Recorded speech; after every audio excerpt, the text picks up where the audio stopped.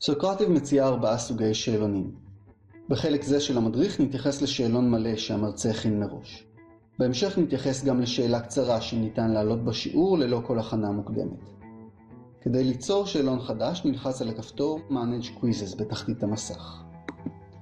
כדי לערוך שאלון קיים נלחץ על My Quizzes.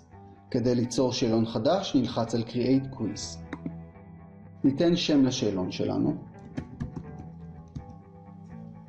הקוד הזה מאפשר לנו לשתף את השאלון עם עמיתים. עכשיו נבחר איזה שאלה להוסיף. שאלה פתוחה, שאלת נכון לא נכון, או שאלה אמריקאית. בשדה הראשון ננסח את השאלה. מתחתיה נוסיף תשובות אפשריות. ברירת המחדל ל5 אפשרויות, אבל ניתן להוסיף או להוריד אפשרויות לפי הצורך. תיבת הסימון הזו מאפשרת לנו להגדיר מהי התשובה הנכונה. אפשר להוסיף הסבר לכל שאלה ותמונה במידת הצורך. כאן נוסיף שאלות נוספות. ניתן לשנות את סדר השאלות באמצעות החצים האלו. כששאלון מוכן, נלחץ על Save and Exit.